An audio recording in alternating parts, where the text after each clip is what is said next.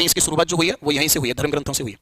आज आप एक वर्ड पढ़ते हो सर्जरी, सर्जरी वर्ड जो आप पढ़ते हो तो सर्जरी कोई एक नया काम नहीं है। आपने पढ़ा होगा जब हिस्ट्री आप पढ़ते हो तब वहां पर अश्विनी कुमार थे जो कि अपने में एक बहुत बड़े सर्जन माने जाते थे।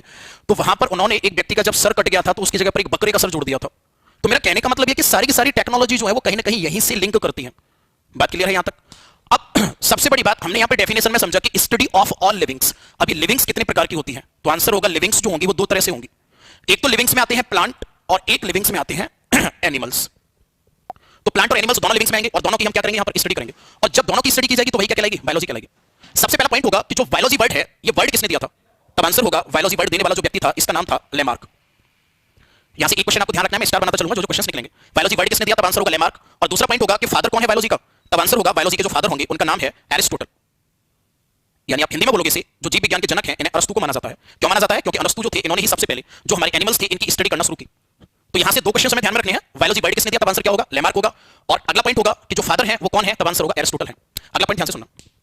हाँ सुबह बोलो, आपका नाम लिया मैंने, अब खुश हो जाओ और पढ़ लो। अब सबसे पहले हम सिलेबस समझेंगे पहले और ब्रांच समझेंगे इसकी कैसे ब्रांच है क्या है। देखो जो बायोलॉजी वर्ड है ये अभी मैंने बताया आपको किसने दिया? लेमार्क ने दिया। अब आगे अगर हम इसकी बात करेंगे तो बायो को यहां पर हम दो तरह से डिवाइड करेंगे। एक तो होगा बेसिक बायो और सेकंड टाइप होता है एप्लाइड बायो। एक बेसिक बायो और दूसरा होगा एप्लाइड बायो। यानी इसको हिंदी में कहा जाएगा बेसिक बायो को बोलेंगे हम सामान्य जीव विज्ञान और दूसरा पॉइंट होगा एप्लाइड को बोला जाता है अनुप्रायोगिक। अनुप्रायोगिक जीव विज्ञान कहा जाता है इसको। अब हमारा जो कॉम्पिटिटिव एग्जाम होते हैं ना उन कॉम्पिटिटिव एग्जाम में पूरा का पूरा ये दोनों सेक्शन से ही क्वेश्चंस बनते हैं। और जो बेसिक बायो होती है इसको फर्दर डिवाइड कर दिया जाता है। पहला पॉइंट आएगा बेसिक बायो में जूलॉजी, नेक्स्ट पॉइंट होगा बॉटनी और तीसरा जो पॉइंट होगा वो होगा माइक्रोबायोलॉजी। ये तीन पॉइंट होंगे, ठीक। जूलॉजी का मतलब हिंदी में बोलेंगे हम इसको जंतु विज्ञान, बॉटनी को कहा जाएगा वनस्पति विज्ञान और माइक्रोबायोलॉजी को कहा जाएगा सूक्ष्म विज्ञान। ये होगी इसकी ब्रांच। अब एक एक करके हमें समझना है कि इनमें अंतर क्या है या कौन से में किसकी स्टडी हम लोग करने वाले हैं। तो देखो जूलॉजी जो होता है इसकी अगर हम स्टडी की बात करेंगे इसमें किसकी स्टडी की जाएगी? तब आंसर होगा जूलॉजी में स्टडी की जाती है स्टडी ऑफ एनिमल्स। ये डेफिनेशन भी हो जाएगी इसकी। मतलब हिंदी में बोलोगे आप इसको जंतुओं का अध्ययन करना ही क्या कहलाएगा? तब डेफिनेशन क्या हो जाएगी? जूलॉजी या जंतु विज्ञान कहलाएगा। इसमें आप डेफिनेशन दोगे स्टडी ऑफ प्लांट्स, यानी आप हिंदी में बोलोगे इसको वनस्पतियों का अध्ययन, स्टडी ऑफ प्लांट्स। और माइक्रोबायोलॉजी में आप बोलोगे स्टडी ऑफ माइक्रोब्स, यानी सूक्ष्म जीवों का अध्ययन। मेरे भाई एक एक करके समझना है मैंने, ठीक है? ओके, मार्कर चेंज कराते हैं। पहला पॉइंट होगा कि जूलॉजी जो है इसमें किसकी स्टडी की जाती है? तब आंसर क्या होगा? एनिमल्स की स्टडी की जाती है। बॉटनी में किसकी स्टडी की जाती है? प्लांट्स की जाती है। माइक्रोबायोलॉजी में किसकी की जाती है? तब आंसर क्या होगा? माइक्रोब्स की जाती है। हाँ सुनिए, सबसे ऊपर बायोलॉजी लिखा हुआ है, मैं थोड़ा नीचे लिख देता हूं इसको कि बायोलॉजी की ब्रांचेस के बारे में हम लोग बात कर रहे हैं, ठीक है? अब मेन पॉइंट आएगा कि इनके फादर कौन है, ठीक? तो जो जूलॉजी है अगर हम जूलॉजी की बात करेंगे इसका फादर किसे माना जाता है? तब आंसर होगा जूलॉजी का फादर माना जाता है अभी जो हम नाम पढ़ रहे थे और आपको पता भी होगा एरिस्टोटल को माना जाता है, यानी अरस्तु को माना जाता है। अरस्तु को क्यों माना जाता है? क्योंकि इन्होंने एक बुक लिखी थी जिसका नाम था हिस्टोरिका एनिमिलियम। हिस्टोरिका एनिमिलियम के नाम से इन्होंने बुक लिखी थी किसने? अरस्तु ने। और इसी वजह से इनको क्या माना जाता है? ये माना जाता है अरस्तु को जंतु विज्ञान का जनक माना जाता है, ठीक है? हाँ Abhishek sir, I am not bio student so can I do this or not. देखो मैं सबसे पहली बात आपको एक चीज क्लियर कर देता हूं, एक चैप्टर पूरा कराऊंगा, क्वेश्चंस टिक करना आप उसके, अगर आपके पूरे के पूरे क्वेश्चंस टिक हो जाएं तो सब्जेक्ट बढ़िया है, अगर ना हो तो फिर आप कंप्लेन करना। बात क्लियर है इसमें? जब आपके पूरे टॉपिक मैं जितने करवाऊंगा यहां पे क्वेश्चंस आप देखते ही टिक कर पा रहे हो ज्योग्राफी की तरह, तब आप बोल देना सर बेस्ट चल रहा है और ऐसे ही चलना है। अभी मैं शुरुआत में इसको डिफाइन करूं कैसे कराने वाले हैं उसका कुछ फायदा नहीं होना है। पहला चैप्टर में शुरू करूंगा सिलेबस के अकॉर्डिंग, उसी के अकॉर्डिंग क्वेश्चंस लगाना। और आपसे कर सकते हो बिल्कुल, आप क्यों नहीं कर सकते, ठीक? अरे जब प्लीज मैटर पूरा देना, मैटर पूरा क्यों नहीं देंगे भाई? पहले पढ़कर तो देखो एक चैप्टर, ओके? हाँ भाई, तो पहला पॉइंट होगा जूलॉजी जो है, जूलॉजी का फादर कौन है? एरिस्टोटल है। क्यों? इसने बुक लिखी थी, क्या नाम था? हिस्टोरिका एनिमिलियम बुक का नाम था। अगला पॉइंट होगा बॉटनी। बॉटनी का फादर किसे माना जाता है? तब आंसर होगा बॉटनी के जो फादर माने जाते हैं इनका नाम है थियोफ्रेस्टस, ठीक है ना? मैं नाम लिख रहा हूं यहां, थियोफ्रेस्टस जो है, थियोफ्रेस्टस को बॉटनी का फादर माना जाता है। इन्होंने कौन सी बुक लिखी थी? तब आंसर होगा बुक का नाम था हिस्टोरिका प्लांटेरम। हिस्टोरिका प्लांटेरम नाम से इन्होंने पूरा वेजिटेशन पे यानी कि वनस्पतियों पे इन्होंने एक बुक लिखी थी, इस वजह से इनको फादर माना जाता है। अगला पॉइंट होगा माइक्रोबायोलॉजी का फादर किसे माना जाता है? तब आंसर होगा इसका फादर माना जाता है लियू वेन हॉक को माना जाता है। हालांकि इन्होंने कोई खास बुक तो नहीं लिखी, लेकिन इन्होंने सबसे बड़ा माइक्रोब्स की स्टडी पर इनका एक योगदान माना गया, इस वजह से इन्हें कहा जाता है क्या? Father of microbiology. तो ये बायोलॉजी की ब्रांच होती है जिसमें से क्वेश्चंस मिलते हैं। पहला पॉइंट होगा जूलॉजी, दूसरा होगा बॉटनी, तीसरा क्या होगा? माइक्रोबायोलॉजी होगा। ये बेसिक बायो का सेक्शन हो गया। अब यही अगर हम एप्लाइड बायो की, ध्यान से सुनना, साइंस एक वर्ड होता है और एक दूसरा वर्ड होता है टेक्नोलॉजी। एक साइंस और एक टेक्नोलॉजी, हमेशा एक कॉन्सेप्ट होता है, मार्कर है। मार्कर कैसे बनाया जाता है? किस प्रकार से बना सकते हैं हम इसको? किस किस सब्सटेंस का यूज करेंगे मार्कर बनाने में? तो ये वाला जो पॉइंट होगा ये हो गया आपका साइंस का। फिर टेक्नोलॉजी क्या होगी? जब इस साइंस को अप्लाई कर दिया जाएगा तो अप्लाई करने पर ही टेक्नोलॉजी बनेगी। टेक्नोलॉजी हर एक कंट्री की अलग हो सकती है, और ऐसा क्यों हो सकता है? क्योंकि इस मार्कर को कौन सा कंट्री कितना बेहतर बना रहा है वो तो उसी पर डिपेंड करेगा। टेक्नोलॉजी हमेशा चेंज होगी जब इस साइंस का कॉन्सेप्ट चेंज नहीं होगा। तो सेम वही है कि जब सर ऐसे भी क्वेश्चन होते हैं जिनको टिक नहीं कर पा रहे, ठीक है मैं ऊपर नहीं लिखूंगा। हाँ भाई, तो जब हम इस बेसिक बायो को यहां अप्लाई कर देंगे तो ये अप्लाइड बायो हो जाएगा, यानी टेक्नोलॉजी वाला पार्ट जो होगा ना वो इसी में आएगा आपका। जैसे मैं एग्जांपल बता रहा हूं, एक बार सुना होगा आपने मेडिकल साइंस, एक एग्रीकल्चर हो गया, एक आयुर्वेद हो गया, ये सब अप्लाइड बायो के एग्जाम मतलब अप्लाइड बायो के एग्जांपल हो जाएंगे। ठीक, तो यहां से जो जितने भी इसकी ब्रांचेस हैं उनके बारे में मैंने बता दिया। अब देखो मेन क्वेश्चंस निकाल लेते हैं इस फंक्शन से।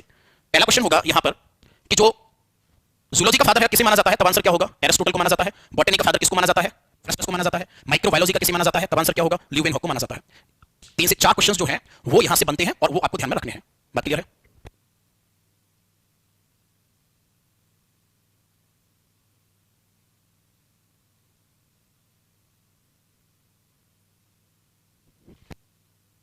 हाँ जी, अब इतना कवर करने के बाद ओके वाइस के लिए मैंने बोल दिया है। अभी देखो चेक करते हैं। अब नेक्स्ट पॉइंट में हमें समझना है सिलेबस और किस टाइप से क्वेश्चंस बनते हैं वो भी कवर करना। वॉइस प्रॉब्लम बता रहे हैं, चेक कर लो एक बार। सर कितने लेक्चर होंगे बायो के? कम से कम आगे मान लो 35 टू 40 आवर्स लगेंगे पूरा कराने में, लेकिन बढ़िया करा देंगे, कोई क्वेश्चन छूटेगा नहीं, इतना करा देंगे। ओके सर वीडियो नहीं चल रही है, ठीक है। हाँ भाई, अब सिलेबस की बात करते हैं। देखो सबसे मेन जो आपका इंपॉर्टेंट पार्ट होगा वो होगा ह्यूमन फिजियोलॉजी वाला पार्ट होगा, यानी कौन सा एंजाइम कहां से निकलता है, उसका कार्य क्या होता है। ऑर्गन का वर्क पूछ लेगा, ऑर्गन वर्क यानी हिंदी में बोलेंगे हम इसको अंगों का क्रियाटरी कैसे ब्लॉक होती है, कोलेस्ट्रॉल कहां कहां जमा होता है। ठीक, तो इस टाइप के यहां पे ब्लड और हार्ट इन दोनों का क्लियर करोगे। और नेक्स्ट जो पॉइंट होगा आपका वो होगा ब्लड ग्रुप। ब्लड ग्रुप क्या है, कितने टाइप से होते हैं, ब्लड ग्रुप पे क्वेश्चन आ जाता है। कौन किसको डोनेट कर सकता है, कौन किसके बारे में पढ़ते हो, तंत्रिका तंत्र के बारे में पढ़ते हो आप। और इसमें जो मेन टॉपिक होगा आपका वो क्या होगा, ब्रेन होगा। वैसे तो इसको 3 भागों में बांटा जाता है, central nervous system, autonomic, peripheral nervous system, लेकिन आप इसमें स्पेशली जो पढ़ोगे वो ह्यूमन ब्रेन के बारे में पढ़ोगे। ठीक, और ये ब्रेन जो है, ब्रेन के बारे में आप क्या क्या पढ़ोगे, ब्रेन पे क्वेश्चंस, यूरिन की पीएच वैल्यू के बाद फिर क्वेश्चन इस पे आता है एबनॉर्मल सब्सटेंस, यानी क्या यूरिन में नहीं होना चाहिए हमारे में, क्या यूरिन में होना चाहिए। इस टाइप के यहां से क्वेश्चंस बनते हैं, यानी normal substance, abnormal substance, kidney की वर्किंग प्रोसेस, नेफ्रॉन की वर्किंग प्रोसेस, इस पे क्वेश्चंस बनते हैं।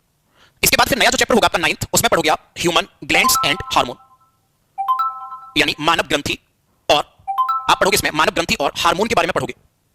कौन सा हार्मोन कहां से निकलता है, कितनी ग्लैंड होती है हमारी, उन हार्मोन का वर्क क्या होता है, ये सब पूरे पूरे आप इसमें क्लियर करोगे। इसके बाद फिर जो 10th चैप्टर होगा वो करा देंगे सेंसरी ऑर्गन्स, यानी हमारे शरीर के संवेदनशील अंग, मतलब स्पेशली आप इसमें पढ़ोगे आईज के बारे में, आंख क्या होती है, सॉरी आंख कैसे कार्य करती है। ठीक, अगला पॉइंट होगा इसके बाद फिर जो 11th चैप्टर होगा वो करा देंगे सर आपको हम ह्यूमन डिजीज। ठीक, मैं पहले ही पूरा सिलेबस समझा दे रहा हूं आपको। मानव रोग, इस पे क्वेश्चंस कैसे बनते हैं, मानव रोग पे ये भी समझ लो आप। मानव रोग पे क्वेश्चंस बनते हैं, कोई भी एक बीमारी दे दी और आपसे पूछेगा कि ये बायो तो पूरी नहीं हुई हमारी, इसके बाद बचता है फिर हमारा प्लांट वाला पढ़ते होगे, ये सब क्या होते हैं, कंपोनेंट पे क्वेश्चंस बनते हैं। अगला पॉइंट आएगा फिर इसके बाद क्लासिफिकेशन, यानी हिंदी में कहा जाएगा इसको वर्गीकरण, क्लासिफिकेशन यानी कि एनिमल किंगडम। पूरा इसमें डिटेल में पढ़ेंगे हम एनिमल किंगडम के बारे में। और जो लोग परेशान हो रहे थे बॉटनी का पार्ट, प्लांट का पार्ट, तो सर ये आ गया आपका प्लांट किंगडम। अब सुन लो एक बार मैं प्लांट किंगडम में आप प्लांट के बारे में क्या क्या पढ़ते हो, क्या क्या क्वेश्चंस आते हैं। पहले मैं प्लांट का ही बता देता हूं, ठीक है नीरज जी, अब आप ध्यान दो इधर। प्लांट जो होंगे इस पे पहला क्वेश्चन बनेगा, मतलब जो हमारे टॉपिक होंगे इसमें, प्लांट टिश्यू क्या होते हैं, प्लांट होते हैं, आप ऐसे कह सकते हो। नेक्स्ट पॉइंट होगा प्लांट हार्मोन क्या है, टाइप के क्वेश्चंस हैं। और रिप्रोडक्शन जो होगा इस पे क्वेश्चंस कैसे बनते हैं ये भी सुन लो। ज्यादातर जो इसमें रिप्रोडक्शन पे क्वेश्चंस बनते हैं वो क्वेश्चंस बनते हैं वो मिक्सअप होगा, सब कुछ इसके अंदर क्या होगा, मिक्सअप होगा। तो इससे एक कॉम्प्लेक्स बनकर तैयार होगा। बात क्लियर है? जब इसे कॉम्प्लेक्स बनकर तैयार होगा और ये वाटर इंसॉल्युबल होगा तो इस फूड को हमारी बॉडी जो होगी, बॉडी नॉट एब्जॉर्ब, मतलब हमारा जो शरीर होगा इसको क्या नहीं कर सकता, शरीर इसको अवशोषित नहीं कर सकता, एब्जॉर्ब नहीं कर सकता। लेकिन जब तक एब्जॉर्ब नहीं होगा तब तक एनर्जी भी नहीं मिलेगी। तो इसको एब्जॉर्ब हमारी बॉडी कैसे करे, तो फिर हम क्या करेंगे, इस कॉम्प्लेक्स को ब्रेक डाउन करेंगे। और ब्रेक डाउन कैसे कर देंगे हम, स्मॉल पीसेस में। एक बड़ा सा जो कॉम्प्लेक्स था इसको हमने क्या किया, स्मॉल पीसेस में डिवाइड कर लिया, बहुत छोटे छोटे पीसेस में डिवाइड कर लिया। और जब स्मॉल पीसेस में डिवाइड हो गया तो फिर ये वाटर सॉल्युबल हो गया, यानी अब ये पानी में घुल सकता है, घुलनशील हो गया। ठीक है ना, ये कैसा हो गया, घुलनशील हो गया। अब सर ये घुलनशील कब हो पाया, तब आंसर क्या होगा इसका, घुलनशील तब हो पाया जब हमने क्या किया, इसको कॉम्प्लेक्स को ब्रेक डाउन किया। कॉम्प्लेक्स को जब हमने तोड़ा तो जब इसको तोड़ा तो ये वाटर सॉल्युबल हो गया। अब जब ये वाटर सॉल्युबल हो गया तो सर इसको हमारी बॉडी क्या कर सकती है, एब्जॉर्ब कर सकती है। और एब्जॉर्ब करने के बाद ये क्या करेगी, हमें एनर्जी दे सकती है। ये था हमारा पॉइंट। पूरा प्रोसेस दोबारा समझो दीपक, दोबारा समझो। अगला पॉइंट होगा जो बॉडी है हमारी प्रॉपर्ली वर्क करेगी तो इसके लिए एनर्जी की जरूरत होगी। जो हम फूड लेते हैं, मानकर चलो आपने एक चपाती ली हुई है, एक रोटी ली हुई है, तो ये रोटी जो होगी ना एक कॉम्प्लेक्स की फॉर्म में होगी, एक रोटी का टुकड़ा जो आपने लिया हुआ है, और डायरेक्टली इसको हमारी बॉडी एब्जॉर्ब नहीं कर सकती। तो फिर हम क्या करेंगे, इस रोटी के टुकड़े को हम इसको स्मॉल पीसेस में डिवाइड करेंगे, और स्मॉल पीसेस में डिवाइड करने के बाद फिर इसको कैसा बना लेंगे, हम सॉल्युबल बना देंगे, और इसको हमारी बॉडी डायरेक्टली फिर क्या करेगी, इसको एब्जॉर्ब कर लेगी। इसी प्रोसेस को डाइजेशन कहा जाता है। अब यहां से जो आपको एक बात समझ में आई वो एक बात ये समझ में आई कि तो फिर सर जो डाइजेशन होगा वो डाइजेशन हुआ क्या, तो डाइजेशन यही तो है, कॉम्प्लेक्स को क्या किया आपने, ब्रेक डाउन किया, कैसा बना लिया, सॉल्युबल बना लिया, और यही प्रोसेस पूरा क्या कहलाएगा, डाइजेशन कहलाएगा। यानी डेफिनेशन क्या होगी, मैं डेफिनेशन लिख रहा हूं अब इसकी। डाइजेशन की डेफिनेशन एक समझ में आती है फिर हमारे में, breakdown of complex food into small parts. Hindi में बोलेंगे हम इसको, भोजन को छोटे छोटे टुकड़ों में तोड़ना क्या कहलाएगा? पाचन कहलाता है। यही इसकी डेफिनेशन होगी डाइजेशन की।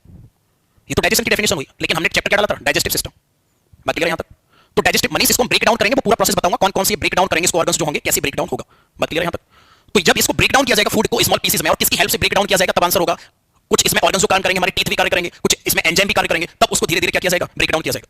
फिर ये डाइजेस्टिव सिस्टम क्या होगा? आंसर होगा system which used in digestion.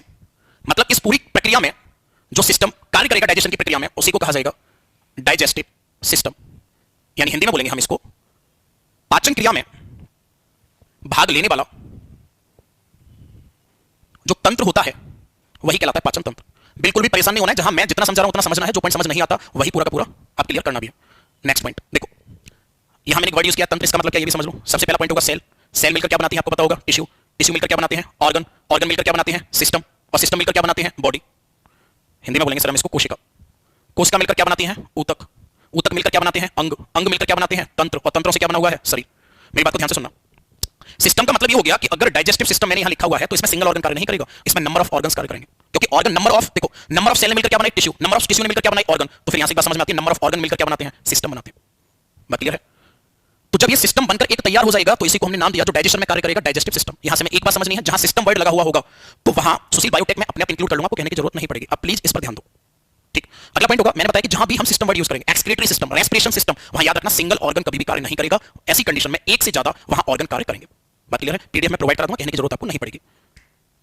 इतना समझ में आता है सर हमारे में कि डाइजेशन है क्या और डाइजेस्टिव सिस्टम क्या होता है। एक बात दोबारा समझ लो, जो कॉम्प्लेक्स फूड है, इस कॉम्प्लेक्स फूड को स्मॉल पीसेस में डिवाइड करना जो होगा वही क्या कहलाएगा? डाइजेशन कहलाएगा। और ऐसा क्यों किया हमने? जिससे कि हमारी बॉडी जो है इस पूरे के पूरे फूड में जितने भी एनर्जी वाले कंपोनेंट हैं इनको एब्जॉर्ब कर सके। तो ये तो मैंने तक आपको डेफिनेशन बताई और ये बताया कि डाइजेस्टिव सिस्टम होता क्या है। अब देखो आगे हम पढ़ने वाले हैं इसके भाग कि जो डाइजेस्टिव सिस्टम होता है इसके कितने पार्ट होते हैं। तो देखो जो डाइजेस्टिव सिस्टम होगा, मेरे भाई बहुत ध्यान से समझना है इन चीजों को, और ये कभी फीलिंग मत लाओ कि हमने शुरू से नहीं पढ़ी तो आएगी नहीं, सारी चीजें आएंगी समझ। देखो दो भागों में बांटा जाता है इस पूरे के पूरे सिस्टम को। अब क्योंकि मैंने पहले ही बताया था आपको कि जो, सर आप हमें इग्नोर क्यों कर रहे हो? अमित मैं क्यों इग्नोर करूंगा भाई आपको? हाँ भाई मैंने पहले ही बताया था क्योंकि यहाँ सिस्टम वर्ड लगा हुआ है तो सर इसमें एक से ज्यादा क्या होंगे? ऑर्गन कार्य करेंगे। तो हम इन सभी ऑर्गन को क्या करेंगे? अलग अलग कैटेगराइज करेंगे। तो देखो कितने भागों में बांटा जाता है इसको। पहला पॉइंट होता है एलिमेंट्री कैनाल, हिंदी में बोलोगे आप इसको आहार नाल। पहला पॉइंट होता है एलिमेंट्री कैनाल। और दूसरा वाला इसमें जो पॉइंट होता है वो होता है एसोसिएटेड डाइजेस्टिव ग्लैंड होती है, यानी हिंदी में कहा जाता है इसको असंबद्ध पाचन ग्रंथि। ध्यान से सुनना, इन दोनों में अंतर क्या है? एलिमेंट्री कैनाल वाला जो भाग होगा ये डायरेक्टली वर्क करेगा, ठीक है ना? डायरेक्टली ये वर्क करेगा। जबकि अगर हम बात करेंगे एसोसिएटिव डाइजेस्टिव ग्लैंड वाला, तो याद रखना ग्लैंड जो होते हैं वो हमारी बॉडी के वे ऑर्गन होते हैं जिनसे या तो हार्मोन का सीक्रेशन होगा या फिर सीक्रेशन किसका होगा? एंजाइम का होगा। ठीक, नीतीश सर एनर्जी एटीपी की फॉर्म में मिलेगी। बिल्कुल, नीतीश एनर्जी जो होगी वो एटीपी की फॉर्म में मिलेगी और इसकी फुल फॉर्म होती है एडिनोसिन ट्राइफॉस्फेट। एडिनोसिन ट्राइफॉस्फेट कहा जाता है इसको, और ये एनर्जी जो होती है एक तरह से स्टोर्ड एनर्जी होती है। यही कारण है कि अगर मैं आज खाना खाया मैंने और लगभग 3 से 4 दिन तक अगर मैं खाना नहीं खाता हूं तब भी मैं जीवित रह सकता हूं। इसका कारण क्या है? क्योंकि एटीपी की फॉर्म में एनर्जी स्टोर होती है। बात क्लियर है? इसको हम रेस्पिरेशन वाले चैप्टर में पढ़ते हैं एटीपी के बारे में। हाँ भाई, एलिमेंट्री कैनाल जो है एक तो ये वाला भाग हो जाएगा, दूसरा भाग होगा एसोसिएटिव डाइजेस्टिव ग्लैंड। ग्लैंड से क्या निकलेंगे? एंजाइम निकलेंगे। अब देखो कौन कौन सी ग्लैंड होती है इसमें। पहली ग्लैंड का नाम होगा सर लीवर, दूसरी ग्लैंड का नाम होगा पैनक्रियास, और तीसरी ग्लैंड का नाम होगा सिलेवरी। इसको यकृत भी कहा जाता है और इसको हिंदी में जिगर भी कहा जाता है। हिंदी वालों एक बार ऐसा हुआ एग्जाम में कि जो ऑप्शन में था वो जिगर दे रखा था। बात क्लियर है यहां तक? अगला पॉइंट होगा पैनक्रियास को कहा जाता है अग्नाशय और इसे कहा जाता है लार ग्रंथि। अब देखो एक बार मैं सुन लो, मैंने क्या बताया था? ग्लैंड से कोई ना कोई सब्सटेंस निकलेगा। बात क्लियर है? यहां सब्सटेंस निकलेगा। हाँ बिल्कुल बिल्कुल सही बताया आपने, यही होते हैं। अगला पॉइंट होगा यहां पर जो लीवर होता है, लीवर से क्या निकलता है? While juice. ग्लैंड है तो सब्सटेंस निकलना ही निकलना है। पैनक्रियास से क्या निकलता है? Pancreatic juice. सिलेवरी ग्लैंड से क्या निकलता है? सलाइवा लार निकलता है। बात क्लियर है यहां तक? अगला पॉइंट होगा कि जो एलिमेंट्री कैनाल है इसके कितने भाग होंगे। तो पहला पॉइंट आता है इसमें एलिमेंट्री कैनाल में, वो है वक्कल कैविटी, हिंदी में बोला जाएगा इसको मुख गुहा। सेकंड पॉइंट आता है इसमें ईसोफेगस यानी ग्रास नली। अगला फिर पॉइंट आएगा इसमें ग्रास नली के बाद स्टमक, इसको आप बोलते हो आमाशय, और इसी को सामान्य भाषा में पेट भी कहा जाता है। और अगला पॉइंट होगा इंटेस्टाइन यानी कि आंत। सारे लोगों को पता होगा दो आंत होती है हमारी, एक होती है स्मॉल और एक होती है लार्ज। एक छोटी आंत और दूसरी आंत कौन सी होती है? बड़ी आंत। हमें एक एक करके इन्हीं सारे के सारे भाग के बारे में पूरा का पूरा कवर करना है और उसके बाद फिर हम आगे बढ़ेंगे नए चैप्टर पे। शुरुआत हम बक्कल कैविटी से करेंगे, फिर ये भाग पढ़ने हैं सारे, फिर ये वाले पढ़ने हैं। पहले फिगर पे समझ लेते हैं कि कौन सा भाग कहां है। बात क्लियर है? देखो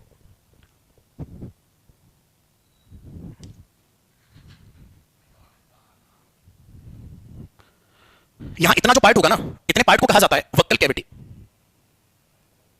इसे वक्कल कैविटी कहा जाता है, मुख गुहा कहा जाता है इसको। ठीक है, वक्कल कैविटी के बाद फिर ध्यान से सुनना, जो मैं फिगर बना रहा हूं इस पे देखो इधर, यहां जो हमारा ये गला होता है ना, इसमें दो पाइप होते हैं। जैसे मैं सामने मुंह करके खड़ा हुआ हूं, तो ये वाला जो हमारा पाइप होगा ना, इस वाले पाइप को कहा जाएगा, सामने वाला जो पाइप होगा इसे कहा जाएगा विंड पाइप। ठीक है ना, पहला पॉइंट होगा, इसे आगे वाला जो पाइप होगा इसे कहा जाएगा विंड पाइप। इसको ट्रैकिया भी कहा जाता है और आगे जाके कनेक्ट हो जाता है लंग से, लेकिन हमें ये तो पढ़ना नहीं है। पीछे वाले पाइप की बात करनी है हमें, इसको कहा जाएगा ईसोफेगस, यानी ग्रास नली कहा जाएगा। तो ध्यान से सुनना, देखो पहला भाग मैंने क्या बताया आपको, वक्कल कैविटी हो जाएगा। ठीक, दूसरा पॉइंट होगा ईसोफेगस। अब ये ईसोफेगस वाला जो भाग होगा ये आगे की तरफ बढ़ेगा। सर लगभग कितनी लंबाई होती है इसकी? 25 सेंटीमीटर। ईसोफेगस वाला भाग जब आगे की तरफ जाएगा तो कुछ ये इस टाइप से कनेक्ट हो जाएगा, ये स्टमक से कनेक्ट हो जाएगा, आमाशय से जुड़ जाएगा। ये आमाशय वाला भाग हो गया। इसके बाद फिर यहां हमारी जो इंटेस्टाइन होगी इस टाइप से,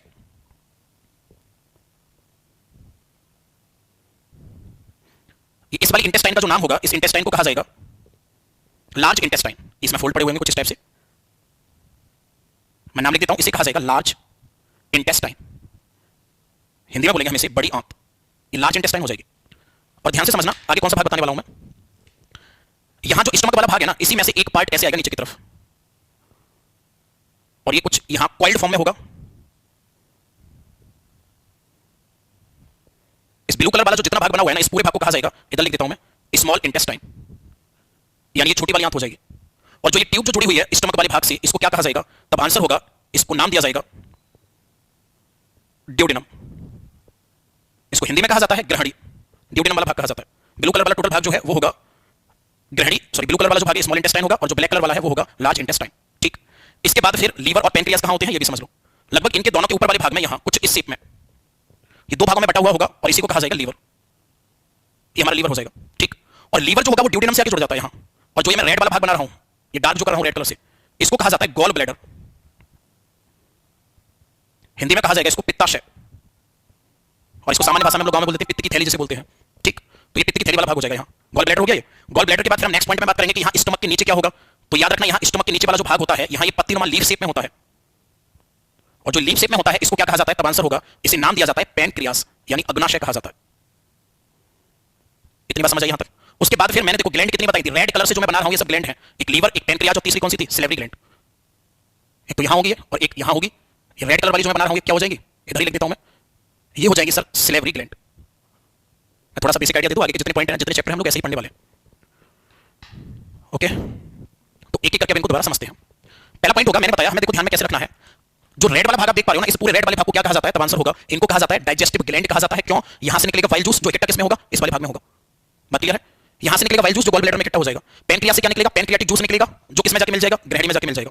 और इसके बाद अगला पॉइंट होगा सिलेवरी ग्लैंड से क्या निकलेगा? सलाइवा निकलेगा। अच्छा, आपने एक वर्ड और सुना होगा अपेंडिक्स। ठीक है, मैं वो भी क्लियर कर देता हूं। अपेंडिक्स जो है वो एक्चुअल में सभी की होती है, मेरे भी है, आपके भी है, हर एक ह्यूमन के अंदर होती है। और होती कौन सी है? तो आंसर होगा ये वाला भाग होता है अपेंडिक्स। इतना जो भाग होता है। अब देखो क्वेश्चन निकालते हैं फिगर से। मैं आपसे अगर पूछता हूं कि अपेंडिक्स जो है वो कौन सी आंत का भाग है, तब आंसर क्या होगा? बड़ी आंत का हिस्सा है। और जब सारे लोगों की होती है तो फिर हम ये क्यों बोलते हैं अपेंडिक्स का ऑपरेशन हुआ है? तो आंसर होगा इसकी जो लेंथ होती है ना वो 2 इंच होती है। और जिस किसी भी व्यक्ति की लेंथ क्या नाम है, जो ये अपेंडिक्स वाला भाग है, अगर ये 2 इंच से भी ज्यादा बढ़ जाता है तब हमें पेन होता है, और पेन होने पर इसका फिर ऑपरेशन कराना पड़ता है। अब आप लोगों के सर फिर इसको काटकर अलग निकाल दिया जाता है तो क्या हमारी बॉडी पर कोई इफेक्ट पड़ेगा? तब आंसर होगा कि सर अपेंडिक्स जो होती है, नहीं भाई मैं बिहार से नहीं हूं, मैं यूपी से बिलोंग करता हूं अभिमन्यु। और आपको कैसे लगा मैं बिहार से? एक बार कमेंट करोगे। अगला पॉइंट होगा कि जो अपेंडिक्स है, अपेंडिक्स की लंबाई 2 इंच होती है। ठीक है, क्या हमारी ह्यूमन बॉडी में इसका कोई कार्य होता है? आंसर होगा सर इसका कोई भी कार्य नहीं होता है। ठीक, फिर ये अपेंडिक्स को मेरे भाई अपेंडिक्स बोला जाता है विकास, और मोहम्मद मैं आगे से ध्यान रखूंगा आपकी चीज का। ठीक, हाँ बिल्कुल सर, सही कमेंट किया आपने। लेकिन ये हमारे ह्यूमन बॉडी में तो ज्यादा कार्य नहीं करती है, ये कार्य करती है एनिमल्स में। और एनिमल्स में कार्य क्या करती है? तब आंसर होगा पार्टिसिपेट इन डाइजेशन, यानी हिंदी में बोलेंगे हम इसको जानवर जो होते हैं जानवरों में पाचन क्रिया में भाग लेती है। ठीक, अपेंडिक्स को लक्ष्मी अपेंडिक्स ही बोला जाता है। और दूसरी बात यहां पर हमें एक चीज का और ध्यान रखना है कि वर्ड को थोड़ा इंग्लिश में ही लिखना है, क्योंकि मैं एक चीज आपको बता दूं पहले ही, मैं अगर आपको हिंदी में लिखा दूं कि सर फीवर आने से बिम्बाणु कम हो जाते हैं, आप सोचोगे 3 बार के बिम्बाणु होता क्या है, क्योंकि एग्जाम में भी बिम्बाणु कम लिखा हुआ है। और मैं अगर यहीं पर एक वर्ड लिखता हूं प्लेटलेट्स, तुरंत एक बार में समझ जाओगे कि हाँ प्लेटलेट्स कौन से होते हैं। तो प्लीज आप लोग थोड़ा सा ध्यान रखोगे कि हमें वर्ड पे बहुत ज्यादा ध्यान देना है, इंग्लिश वर्ड को याद करना है। ठीक है, चलो।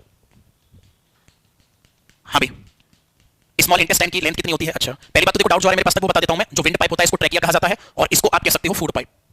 ठीक, दूसरा क्वेश्चन आपने पूछा कि सर स्मॉल इंटेस्टाइन जो होता है इसकी लंबाई कितनी होती है? तब आंसर होगा 6 to 6.9 मीटर। इसकी कितनी होती है? 1.5 मीटर। आप बोलोगे सर उल्टा क्यों है फिर? लंबाई तो इसकी कम है लेकिन बड़ा क्यों बोला इसको, तब आंसर होगा, इसे कहा जाता है, सॉरी इसको इस वजह से बड़ा बोला जाता है क्योंकि इसकी विड्थ ज्यादा होती है, चौड़ाई ज्यादा होती है। और मुझे नहीं लगता आपको इतना परेशान होने की जरूरत है। मैंने कभी अभी पहले मैंने आपको केवल और केवल ऑर्गन के बताया है कौन सा कहां होता है, बात बाकी मैं सारी चीजों को आगे बात करूंगा। हाँ सर्विस बिल्कुल स्पेशल फॉर ग्रास डाइजेशन करती है, अपेंडिक्स उसमें भाग लेती है। बात क्लियर है यहां तक? अब देखो मैं करना क्या है। अभिमन्यु सर आपकी एफबी पे विहार रेजिडेंस था, मेरा आप किसी और आईडी को सर्च कर रहे हो अभिमन्यु? हाँ भाई। तो अब यहां से मैं क्या करना है, शुरुआत हमें वक्कल कैविटी से करनी है। मैंने सारे भाग इसको बता दिए और देखो एक बार में सुन लो आप सारे लोग लाइव आ जाओ, बहुत अच्छे से समझना। जब फूड यहां आएगा पहले वक्कल कैविटी में आएगा, वक्कल कैविटी के बाद में फिर कहां जाएगा, ग्रास नली में, ग्रास नली के बाद स्टमक में, उसके बाद फिर ड्यूडेनम मतलब ग्रहणी, ग्रहणी के बाद छोटी आंत, और छोटी आंत के बाद फिर बड़ी आंत में जाएगा, और बड़ी आंत के बाद फिर वेस्टेज होगा वो बाहर निकाल दिया जाएगा। एब्जॉर्प्शन होने के लिए उसको पार्शियल सर्कुलेशन कहा जाता है, लीवर के पास जाता है, लीवर फिर हार्ट के पास भेजता है, वो आगे की चीजें हैं। और आप भी जानते हो मैं सारी चीजों को यही रिलेट करने लग गया तो फिर आप समझ नहीं पाओगे अच्छे से। ठीक हितेश आपका आंसर होगा, इसको हिंदी में कहा जाता है, आप जो मोशन पूछ रहे हो क्रमांकुचन गति कहा जाता है इसको, पेरिस्टल्सिस कहा जाता है इसको। और इसका मतलब ये होता है कि फूड जो है अपने साइज के अकॉर्डिंग इसके साइज को एडजस्ट करता हुआ आगे की तरफ बढ़ता है। मैं सारी चीजें आपको कराऊंगा हितेश, थोड़ा सा आपको पेशेंस रखना होगा। फर्स्ट हेडिंग डालोगे वक्कल कैविटी, मुख गुहा, और हर चैप्टर को मैं ऐसे ही फिगर से, जैसे मैं ज्योग्राफी जब भी आपको कराता हूं तो मैं बनाता हूं वहां पे, यहां मैं जब भी बायो कराऊंगा आपको हर एक चीज किडनी वगैरह लंग्स वगैरह सब फिगर से ही कवर कराएंगे। भोजन कहां पचता है, तब आंसर होगा भोजन की शुरुआत पचने की यहीं से शुरू हो जाती है रामलाल। सबसे ज्यादा डाइजेशन, देखो मैं एक बार में बता देता हूं आपको, डाइजेशन शुरुआत यहां से होगी, बात क्लियर है? और यहां से शुरुआत होगी डाइजेशन की, फिर यहां भी डाइजेशन होगा, लेकिन आप बोलोगे कि फिर मुख्य रूप से कहां होता है, तब आंसर होगा स्मॉल इंटेस्टाइन। दो क्वेश्चन आते हैं, डाइजेशन शुरू कहां से होता है, तब आंसर होगा वक्कल कैविटी से। और अगर पूछा जाता है पूरी तरह से डाइजेस्ट कहां होता है, छोटी आंत में, एब्जॉर्प्शन कहां होता है, छोटी आंत में, लेकिन अगर पूछा जाता है कंप्लीट एब्जॉर्प्शन कहां होता है, तब आंसर क्या होगा, बड़ी आंत में होता है। ठीक, अब फर्स्ट हेडिंग डालोगे आप, वो हेडिंग होगा आपका